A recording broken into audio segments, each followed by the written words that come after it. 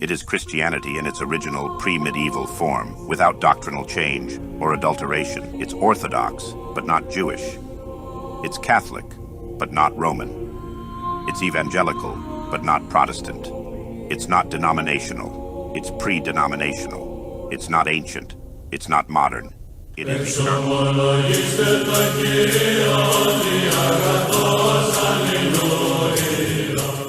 We believe in the triune God, the Father, the Son, and the Holy Spirit. Iconography, prayer, fasting, and almsgiving are fundamental to Orthodox life. Repentance is a recurring principle that guides every Orthodox Christian grow closer to Christ through the holy sacraments. The Holy Scriptures, councils, and the lives of the saints instruct, inspire, and are celebrated as pillars and guides of our faith. Together on Sunday, we worship God in the Divine Liturgy. Come and see for yourself.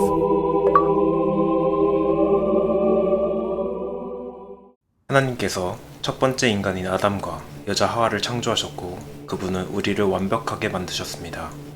우리는 하나님의 형상과 모습대로 창조되었습니다. 하나님께서는 우리에게 한 가지 규칙을 주셨습니다. 바로 선악과를 먹지 말라는 것이죠. 그러나 아담과 하와는 선악과를 먹기로 결정했고 이는 세계의 죽음과 파괴 그리고 인간의 타락을 불러왔습니다. 하나님께서는 인류에게 계속 이야기하셨지만 결국 세상은 악으로 가득 찼습니다. 그래서 하나님은 세상을 홍수로 멸망시키셨고 노아와 그의 후손들은 계속 살아남았습니다. 그리고 우리는 많은 선지자, 대사장, 왕들이 있었습니다.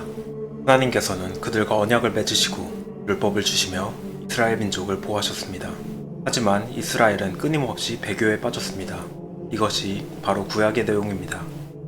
구약에서 이스라엘은 세상의 구원자이자 메시아를 약속받았습니다. 바로 우리 주 예수 그리스도이십니다. 우리는 예수 그리스도에 대한 수많은 예언을 확인할 수 있습니다. 예수께서 오셨고 그분은 사도들을 세우셨습니다. 그분은 오순절에 교회를 세우셨습니다. 이 교회는 성령에 의해 인도됩니다. 예수께서는 사도들을 주교로 임명하셨습니다. 주교들은 묻고 푸는 권능, 즉 땅에서 죄를 용서하는 권능을 가지고 있습니다. 교회는 그리스도의 몸입니다.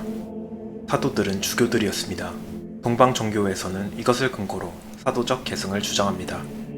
이 동영상에서 제가 말하는 정교회는 동방정교회를 가리킵니다. 주교들은 서로에게 손을 얹음으로써 다른 주교들을 임명할 수 있습니다. 모든 주교는 근본적으로 평등합니다. 대주교, 광구장주교, 총대주교와 같은 다양한 직함을 가질 수 있지만 모든 주교는 근본적으로 평등합니다. 주교는 그리스도가 세우신 정교회에서 가장 높은 직위입니다. 주교들은 보통 수도원 출신이며 독신입니다. 그 아래에는 목회적, 예배적 임무를 돕기 위한 사제들이 있습니다. 사제와 주교 모두 성물을 축성할 수 있습니다. 사제들 사이에는 다양한 행정적 직위가 있으며 이는 서로 다르게 분담된 책임을 반영합니다. 영원한 새 언약에서 정교회는 구약 성경에서 보이는 것과 유사한 사제직을 유지합니다. 결혼한 사람도 사제로 서품될 수 있습니다. 그러나 결혼한 사람이 사제가 될 수는 있지만 사제가 된 후 결혼하는 것은 안 됩니다. 서품된 사제는 결혼할 수 없으며 배우자가 사망하더라도 재혼할 수 없습니다. 사제 이상의 성직자는 성물을 성별하는 권위를 갖습니다. 부보제 아래에는 독서자가 있으며 그의 역할은 낭독과 전례의 보조입니다. 성직자와 평신도의 계층적 순서는 다음과 같습니다. 평신도, 독서자, 부보제, 보제, 사제, 주교, 총대주교입니다. 총대주교는 독립교회에 대한 행정적 우위를 가진 주교입니다. 동방정교에서는 콘스탄티노플, 안티오키아, 러시아, 세르비아 등지의 총대주교들이 이에 해당합니다. 각 독립교회는 자체적으로 통치하지만 모두 서로 완전한 교류를 유지합니다. 정교회에는 4가지 표지가 있습니다. 첫째, 교회는 하나입니다. 바울서신에서 이를 읽을 수 있습니다. 몸은 하나이지만 많은 지체를 가지고 있고 몸에 딸린 지체는 많지만 그 모두 한 몸을 이루는 것처럼 그리스도의 몸도 그러합니다.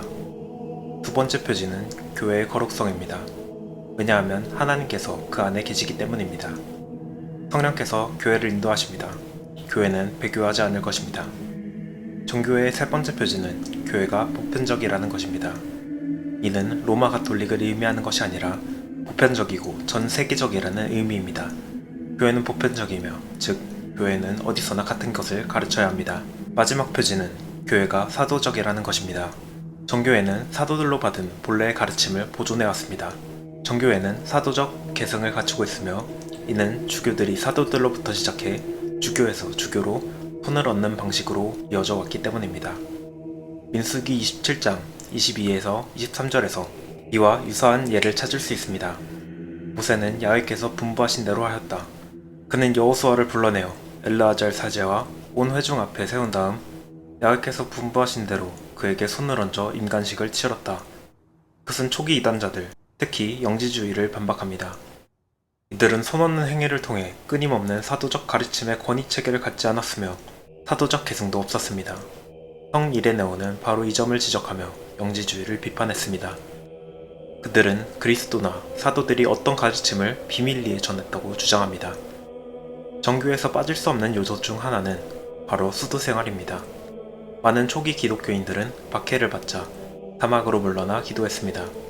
여기서 사막 교부들이 탄생했습니다. 다른 이들은 감옥에 갇혔고 그들의 감방은 수도 생활의 발상지가 되었습니다. 수도 생활은 세상의 삶을 떠나 복음에 전적으로 헌신하여 예수와의 일치를 추구하는 고대 기독교의 실천입니다. 수도사가 되는 것은 그리스도에게 인생을 완전히 바치는 것입니다. 바로 가난, 정결, 안정, 순종의 서원을 맺는 거죠. 수도자들 중 많은 이들이 깊은 신학적 및 수도적 지식 때문에 사제직에 서품되거나 수도원장이 됩니다. 정교의 수도자들이 메갈로스 케모스를 착용하는 모습을 보셨을 수도 있습니다. 메갈로스 케모스는 수도자의 등급 중 가장 높은 자리를 뜻하기도 합니다. 정교에서는 모든 것이 상징과 의미를 지니고 있습니다. 수도원장이 수도자가 영적 우수성의 최고 수준에 이르렀다고 판단할 때 그 수도자는 메갈로스 케모스로 서품됩니다. 이는 수도자의 생의 마지막 단계에서만 이루어집니다. 모든 기독교인의 최종 목표, 특히 수도자의 목표는 테오시스 또는 신성화입니다. 테오시스는 자기 중심적인 욕망에서 벗어나 자신을 부인하고 하나님의 뜻과 우리 의지를 일치시키는 과정입니다. 정교에서 인류는 표징을 이룰 수밖에 없다고 가르칩니다. 그래서 우리는 참여할 필요가 있습니다. 테오시스는 이 생에서 시작되는 하나님과의 연합 과정입니다. 성 아타나시오는 하나님의 아들이 인간이 되신 것은 우리를 신성화되게 하려 하십니다 라고 했습니다. 영어로는 다음과 같이 번역되는데 두 번째 갓은 항상 소문자로 표기됩니다. 왜냐하면 인간은 결코 전능하신 하나님이 될 수 없기 때문입니다. 성경은 우리가 하나님의 본성에 참여하게 되었다고 선언합니다. 타락하고 죄 많은 인간이 하나님과 같은 성결함을 얻을 수 있다는 것은 어리석게 보일지 모르지만 하나님이 육신으로 오신 그리스도께서 이를 가능하게 하셨습니다. 그는 인간 본성을 성결하게 하고 모든 창조물을 구원하기 위해 오셨습니다. 인류는 하나님의 형상으로 창조되었지만 그 형상을 잃어버렸습니다. 테오시스를 통해 인간은 그 형상을 회복하고 다시 하나님의 형상과 모습을 지니게 된다고 종교에서는 주장합니다. 2.3. 곧 우리의 여정은 믿음과 행위의 과정입니다. 믿음의 행위가 없으면 죽은 믿음이기 때문입니다. 정교회는 오직 믿음을 인정하지 않습니다. 정교회의 정돈되고 화려한 신성한 리투르기아는 그들의 교리를 압축적으로 보여줍니다. 복음주의 저교회 예배와 달리 정교회 성찬 예배는 보통 악기를 사용하지 않습니다. 우리의 목소리가 바로 완벽한 악기이기 때문입니다. 그들은 성화와 촛불로 장식된 교회에 들어가 손으로 십자표를 그립니다. 모든 행동, 모든 상징은 의미가 있습니다. 구약 성경과 마찬가지로요. 신성한 리투르기아에는 분향, 사제직, 성찬의 희생이 있습니다. 또한 이것은 성경의 정경을 아는 방법입니다. 영지주의 문서는 예배에서 사용된 적이 없습니다. 무신론자와 영지주의자들은 아마 무시하겠지만 정교회의 성찬 예배에서 결정적인 증거가 남아 있습니다. 현재 정교회에서 거행되는 신성한 리투르기아는 성 요한 크리스토스 토머스가 행했던 방식입니다. 준비는 전날 저녁 일몰 때 시작되는 저녁 기도인 망가로 시작됩니다. 이 관습은 중요한 차이를 강조합니다. 우리는 새 언약에 속했기 때문에 일요일에 예배를 드립니다. 축일들이 토요일이더라도 일요일은 여전히 주요 예배날입니다. 또 다른 예배로 아카티스트가 있습니다. 이는 짧은 찬송가 형태로 집에서 기도할 수 있습니다. 일반적으로 성인이나 축일에 헌정된 찬송가입니다. 정교회에서 그들의 삶은 예배와 일곱 성사를 중심으로 돌아갑니다. 세례성사에서는 영유아를 포함한 입교자에게 성부, 성자, 성령의 이름으로 세례를 줍니다. 세 번의 침수식이 이상적입니다. 세례 직후 세례받은 자들은 성유를 머리, 가슴, 등, 팔, 다리에 바르고 기도와 찬양을 드립니다. 이것을 견진성사라고 합니다. 새로 세례받은 이들에게 곧바로 견진성사를 행하여 성찬을 받을 수 있도록 합니다. 성체성혈성사, 즉 그리스도의 몸과 피는 빵과 포도주의 형태로 실제적 존재를 지니고 있다고 믿습니다. 그들은 이 빵과 포도주를 먹지 않는 자는 영원한 생명을 얻지 못한다고 생각합니다. 이는 로마 가톨릭의 성변화 또는 화채설의 개념과 동일하지만 이 개념에 대한 별도의 명칭을 정하지는 않았습니다. 초기 교회에서 발생한 문제 중 하나는 빵과 포도주를 따로 주는 것이었습니다. 빵을 손에 주면 조각들이 여기저기 흩어지므로 실제적 존재를 믿는다면 이는 용납할 수 없는 일이었습니다. 그래서 성 요한 크리소스토무스는 누룩이 들은 빵인 프로스포론과 포도주를 성배에 함께 넣도록 했습니다. 우리는 예수 그리스도 안에서 하나이기 때문에 성체 성사를 받을 때 모두 같은 빵을 나누어야 한다고 주장합니다. 성체 성혈 성사를 거행할 때 그들은 공간과 시간을 초월한 사건에 참여합니다. 이것은 주님의 명령을 이행하기 위해 성체 성혈 성사가 거행될 때마다 반복됩니다. 신도들은 성체 성혈 성사를 받기 위해 적절한 준비를 갖추어야 합니다. 우리는 모두 끊임없이 죄를 짓는 죄인들입니다. 바로 그 이유로 그리스도께서는 고백 성사를 우리에게 주셨다고 합니다. 예수께서 다시 너희에게 평화가 있기를 내 아버지께서 나를 보내주신 것처럼 나도 너희를 보낸다 하고 말씀하셨다. 이렇게 말씀하신 다음 예수께서는 그들에게 숨을 내쉬시며 말씀을 계속하셨다. 성령을 받아라. 누구의 죄든지 너희가 용서해주면 그들의 죄는 용서받을 것이고 용서해주지 않으면 용서받지 못한 채 남아있을 것이다. 종교의 신앙에서 사제들은 그리스도의 이름으로 당신의 죄를 용서할 권한을 가지고 있기 때문에 그들은 고백 성사를 받으라고 권합니다. 결혼 성사는 남녀 간에서 이루어집니다. 다른 방법은 없으며 이는 생명이 열리는 길이어야 합니다. 신품 성사는 교회의 계급 체계에 관한 것으로 하나님이 제정하신 성사이며 주교들은 이를 행할 수 있습니다. 정교에서 태어난 이는 생명의 시작부터 성사를 받습니다. 세례를 받고 견진을 받고 성체성혈을 받고 고백 성사를 받습니다. 그 다음에는 결혼을 하거나 신품을 받습니다. 야고보서에서 말하듯이 마지막 성사는 성유 성사입니다. 생명의 끝에서 주님의 이름으로 기름을 발라주어 천국을 준비하는 것입니다. 기독교인으로서 우리는 쉬지 않고 기도하도록 부름받았습니다. 우리는 예수 기도를 드릴 수 있습니다. 주 예수 그리스도 하나님의 아들이셔 이 죄인을 불쌍히 여기소서. 우리 삶의 전체가 기도해야 합니다. 우리 삶의 전부가 성례전입니다. 마음에서 우러나온 기도나 반복되는 기도 모두 허용됩니다. 우리는 기도만 하는 것이 아니라 금식도 합니다. 정교회인들은 사제의 지도를 따라 성체성혈 성사전에 자정부터 음식과 물을 금합니다. 또한 유다의 배반과 그리스도의 십자가 처형을 기념하기 위해 매주 수요일과 금요일에 금식합니다. 정교회 수도원에서는 월요일에 천사들을 기념하기 위한 금식을 합니다. 또 한 해 동안 많은 다른 날에도 금식을 하는데 대사순절 금식, 대림절 금식, 사도 금식, 성모 영명 금식이 바로 그것입니다. 그들이 주장하기로는 그리스도가 세우신 교회, 첫 천년의 교회는 항상 이러한 금식 규정을 가지고 있었다고 합니다. 그들은 사제들의 지도를 받아 금식을 행하며 금식 중에는 일반적으로 고기, 등뼈가 있는 동물, 유제품, 올리브오일, 와인을 먹지 않습니다. 정교회에서 성례전과 성사생활은 교리교육이자 성스러운 전통의 일부입니다. 사도 교부들의 글을 읽고 그들이 영지주의를 반박하기 위해 인용한 성경 구절을 볼 수 있습니다. 이것이 바로 구전 전통이 중요한 이유입니다. 기독교는 콘스탄티누스가 최종적으로 합법화하기 전 첫 300년간 불법이었습니다. 300년이 지난 그제서야 기독교 총회와 보편 공의회를 열 수 있게 되었습니다. 하지만 성경은 이러한 지역 총회와 성스러운 전통 자체에 의해 확인됩니다. 성경은 교회에서 파생된 것입니다. 따라서 콘스탄티누스가 기독교를 합법화했을 때 기독교인이 되는 것이 무엇인지 명확히 하자는 취지에서 공의회를 열었습니다. 콘스탄티누스는 새로운 것을 도입하지 않았습니다. 사도 교부들이 훨씬 전에 같은 것을 가르쳤다는 사실을 알 수 있습니다. 니케아에서 우리는 한 분이시며 전능하신 아버지 하나님이라는 첫 번째 신경을 받았습니다. 이 공의회는 그리스도의 신성을 확인하고 아리우스파를 파문했습니다. 이러한 교리들은 혁신이 아니라 항상 믿어온 것을 법제화한 것입니다. 첫 번째 공의에 대한 또 다른 핵심은 그 공의의 법기에 있습니다. 로마 가톨릭 교회는 나중에 교황 수의권을 주장했습니다. 로마 주교가 모든 다른 주교들보다 우위에 있다는 것입니다. 그러나 법규는 옛 로마에 단지 관습적인 명예를 부여할 뿐입니다. 그것은 동등한 자들 중 첫 번째였기 때문이지 일방적인 권위를 행사했기 때문이 아닙니다. 교황 수의권은 후대에 가서야 발생한 것입니다. 초기 교회에서는 모든 주교들이 평등했습니다. 교황은 단순히 서방 교회의 총대주교일 뿐이며 동등한 자들 중 첫 번째일 뿐, 독재자가 아닙니다. 두 번째 공의에서 우리는 오늘날까지 암송하는 신경을 얻었습니다.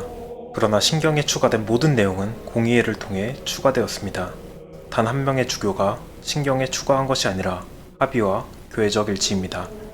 이것이 초기 교회의 모습입니다.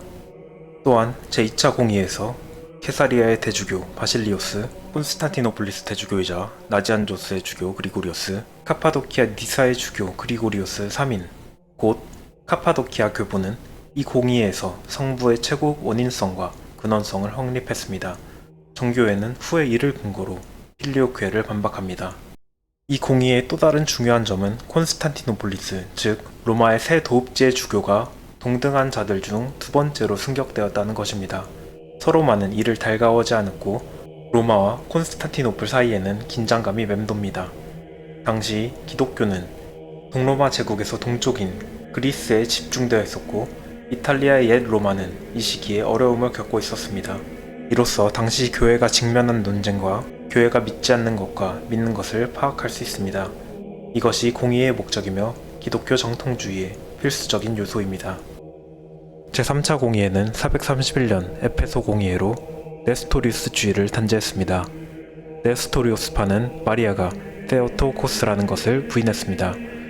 그들은 그녀를 단순히 그리스도의 어머니라는 의미의 크리스토토코스라고 불렀을 뿐입니다. 마리아는 죄를 짓지 않기로 선택했기 때문에 죄가 없다고 선포되었습니다. 이것이 주요한 분열의 처음이었으며 동방아시리아 교회가 분리되었습니다. 제4차 공의회는 451년 칼케돈 공의회로 그리스도의 인성과 신성이 혼합된 한 가지의 본성만을 가졌다고 주장하는 합성론을 단죄했습니다. 그들은 오리엔트 정교회라고 불리며 콥트, 아르메니아, 에티오피아, 인도 말랑카라 교회가 포함됩니다. 에티오피아 정교회 신자들은 할례를 요구하며 돼지고기를 먹지 말아야 한다고 주장합니다. 이것은 신앙을 율법주의로 변질시키는 것입니다. 제5차 공의회 역시 매우 중요합니다. 왜냐하면 네스토리우스파의 영향을 받은 단성론 이단을 단죄했기 때문입니다. 이들 몹스에스티아의 테오도루스, 키르수의 테오도레투스, 에데사의 이바스의 글을 3장이라고 합니다. 교황 비질리오는 3장을 정제하지 않았고 그 때문에 교황 비질리오는 파문당했습니다. 제5차 공의회는 바티칸 제1차 공의회와 로마 가톨릭 체계를 반박합니다. 제5차와 제6차 공의회 사이에는 트룰로 공의회가 있습니다. 이는 교황 없이도 공의회가 공의회적일 수 있음을 보여주는 또 다른 증거입니다. 왜냐하면 트룰로 공의회는 제6차 공의회에서 인정을 받았기 때문입니다. 그들은 또한 단위론을 설파한 교황 호노리오 1세를 정죄하고 파문했습니다. 제7차 공의회인 787년에 제2차 니케아 공의회는 성상 파괴주의를 단죄했습니다. 사람들은 성상과 성화를 파괴하며 그것이 우상숭배이며 조각된 이미지라고 주장했습니다. 하지만 제7차 공의회에 의해 철회되었습니다. 이제 정교회에서는 이를 기념하는 날이 있습니다. 바로 정교 승리 주일 예배입니다. 오늘날까지도 정교회 성당에 들어서면 성화가 곳곳에 있어 아름다움을 자아냅니다.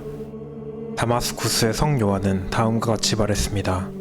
나는 물질을 숭배하는 것이 아니라 나를 위해 물질을 대시고 물질 속에 거하시기를 기꺼이 하신 물질의 창조주를 숭배합니다.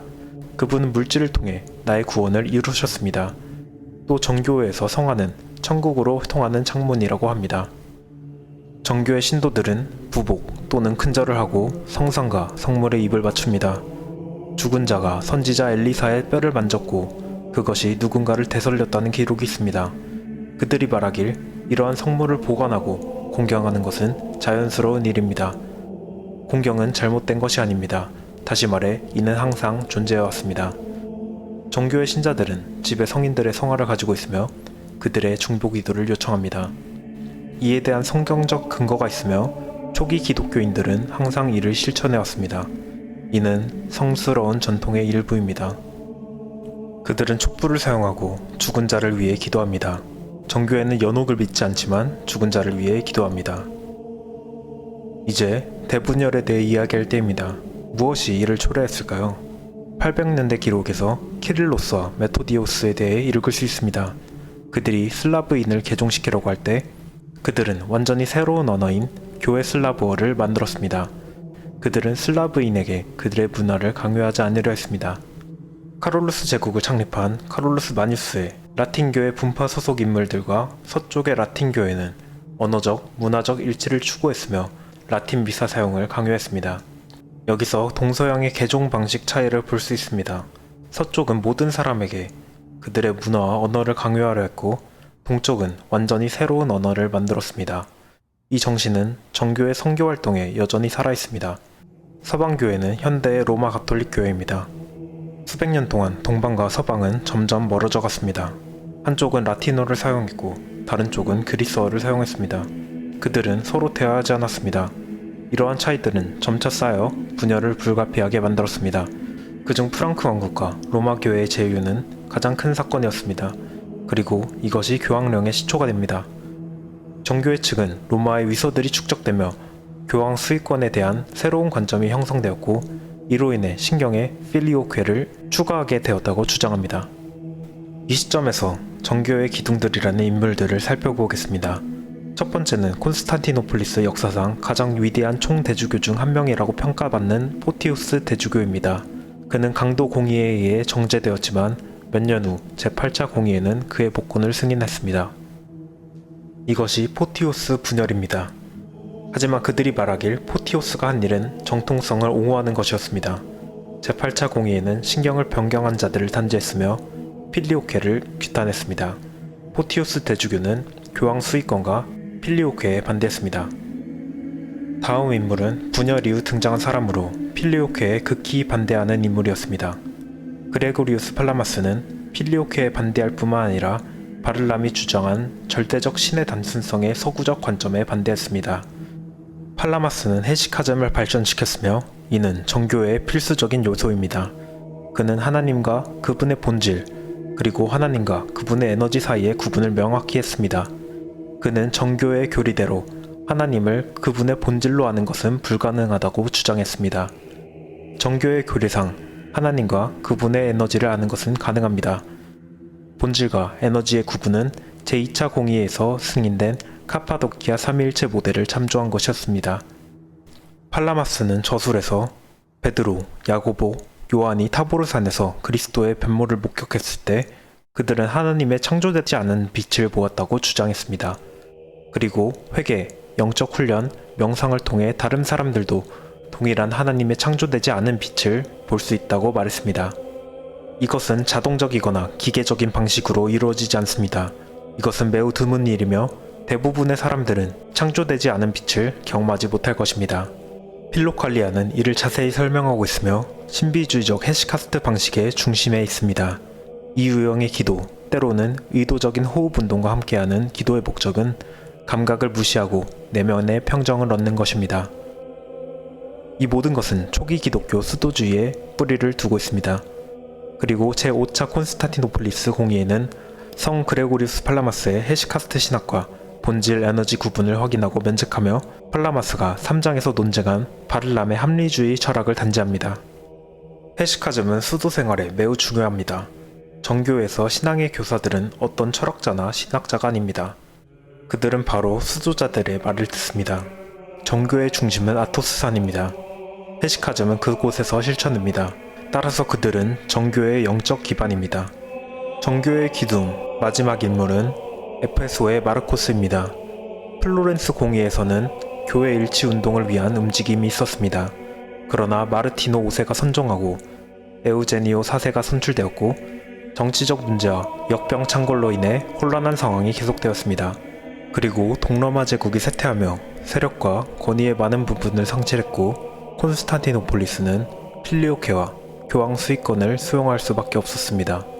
현재 정교회에서는 이 공의를 인정하지 않습니다. 마르코스는 필리오케 추가를 이유로 서방교회가 분열을 일으킨다고 주장하고 이들을 이단으로 간주했으며 교황이 교회 전체에 대한 보편적 관할권을 주장한 것도 문제로 삼았습니다. 그는 플로렌스 공의회의 결의문에 서명하지 않은 유일한 동방주교였습니다. 이와 같이 대분열이 발생했을 때 정교회의 기둥들은 그들의 신앙을 위해 일어섰습니다. 정교회 입장에서 대분열이 일어난 원인은 프랑크 왕국과 로마 교회의 제휴와 필리오케 문제 그리고 교황 수익권이었습니다. 정교회에서는 필리오케 교리가 그저 신경을 위조한 것이라고 주장합니다. 제1차 니케아 공의회는 사도적 계승을 근거로 몇몇 교구의 주교에게 관습적인 명예를 부여했습니다. 그들은 독재자가 아니었습니다. 그들은 동등한 자들 중 첫 번째였습니다. 1054년의 대분열은 그야말로 대분열이었고 그 후 재결합의 시도가 있었습니다. 하지만 에페소의 마르코스는 정교회의 신앙을 위해 나섰습니다. 정교회에서는 콘스탄티누스 시대부터 교회와 국가가 협력해왔습니다. 로마 가톨릭 교회처럼 교회와 국가가 하나가 된 것이 아니며 둘은 조화를 이룹니다. 비잔틴 깃발을 보면 알 수 있습니다. 비잔틴 제국은 세계 역사상 가장 오래 지속된 제국이었습니다. 첫 번째 공의의 기록에서 교회와 국가가 협력해왔다는 것을 확인할 수 있습니다. 교회와 황제가 함께한 것입니다. 이것이 항상 그래왔던 방식입니다. 반면 서방에서는 교회와 국가가 하나이며 교황이 세속국가와 교회의 수장이 됩니다. 불행히도 이슬람 제국의 부상과 비잔티움이 단일 제국이 되면서 비잔티움은 결국 멸망했습니다. 대분열 이후 동방은 그대로 유지되었고 서방은 계속 변화와 혁신을 이어갔습니다. 동방은 율리우스력을 사용합니다. 서방은 그레고리력을 사용합니다. 서방은 결혼한 사제를 금지했습니다. 동방은 여전히 결혼한 사제를 허용합니다. 서방은 유아 견진성사와 유아 성체성사를 금지했습니다. 동방은 여전히 이두를 유지합니다. 서방은 면죄부, 연옥, 고성수 교리를 추가했습니다. 동방은 그중 어느 것도 가르치지 않습니다. 서방은 절대적 신의 단순성과 필리오케를 가르칩니다. 동방은 본질과 에너지의 구분을 가르치며 필리오케를 거부합니다. 서방의 일부 사람들은 자신의 오류를 깨달았고 이를 로마 가톨릭 교회가 너무도 부패했기 때문이라고 생각한 자들이 종교개혁을 일으켰으며 모든 개신교 교회의 탄생으로 이어졌습니다. 정교회는 정말로 변하지 않습니다. 그들은 경륜을 재발병하지 않습니다. 각 세대가 횃불을 전달해왔으며 그 횃불을 계속 이어가고 있습니다. 정교회 국가들은 오스만 제국의 박해와 공산주의 박해 아래에서 투쟁해왔습니다. 현재 21세기에는 정교회가 큰 부흥을 맞이하고 있다고 생각합니다. 그토록 박해받았음에도 불구하고 더 강하게 부활하고 있습니다.